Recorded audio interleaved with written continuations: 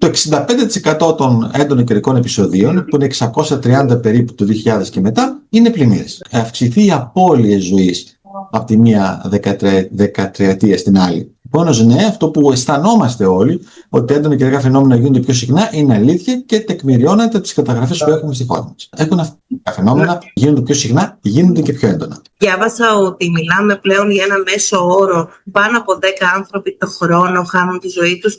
Αυτός ο αριθμός πρέπει να μας τρομάζει, είναι μεγάλος. Κοιτάξτε, συνολικά είναι 290 άτομα που έχουν χάσει τη ζωή τους, πάλι χωρίς να περιλαμβάνονται νεκροί από πυρκαγιές, που ήταν πολύ μέσα σε αυτή τη διάρκεια. Θυμάμαι την ηλία, το μάτι, τον Εύρο, όπως επίσης και τους καύσιμους, και είναι ίσως και πολύ περισσότεροι.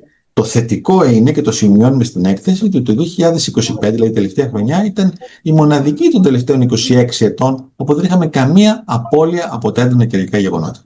Στις περισσότερες περιπτώσεις, όταν υπάρχουν ειδοποιήσεις, είτε δελτία επιδείνωσης, είτε ακόμα δελτία επικίνδυνων καιρικών φαινομένων όπως έχουμε τώρα, συμβαίνουν γεγονότα. Εντάξει, έχουμε αναλύσει από το 2000 και μετά όλα τα έντονα καιρικά επεισόδια. Τα επεισόδια αυτά, μιλάμε για καιρικά φαινόμενα όπως είναι βροχές, καταιγίδες. Δεν περιλαμβάνονται δασικές πυρκαγιές, γιατί επηρεάζονται τον καιρό, αλλά δεν είναι καιρικό επεισόδιο. Όπως επίσης δεν περιλαμβάνονται οι καύσονες, γιατί είναι πολύ δύσκολο να εκτιμηθούν οι απώλειες ζωής από τους καύσονες. Μόνος επικεντρωνόμαστε στις πλημμύρες, ισχυρές βροχές και πλημμύρες, ανεμοθύελλες, πάρα πολύ ισχυρούς ανέμους, ανεμοστροβίλους και επίσης κεραυνούς. Μέχρι λοιπόν το 2000, από το 2000 μέχρι το 2012 και το 2013 μέχρι τώρα, έχουμε μια σημαντική αύξηση του αριθμού των επεισοδίων, μάλιστα των πολύ ισχυρών επεισοδίων κατά 36%. Αν ακολουθεί αυτή η τάση, προφανώς έχουμε ακόμα μεγαλύτερη αύξηση.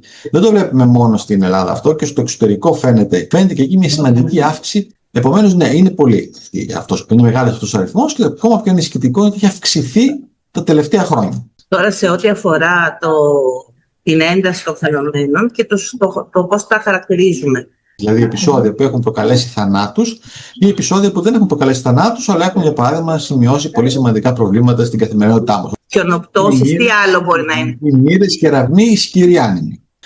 Θέλει προσοχή. Εμείς προσπαθούμε να δώσουμε ως μετεωρολόγοι την καλύτερη εκτίμηση που έχουμε, γιατί μιλάμε πάντα για το μέλλον.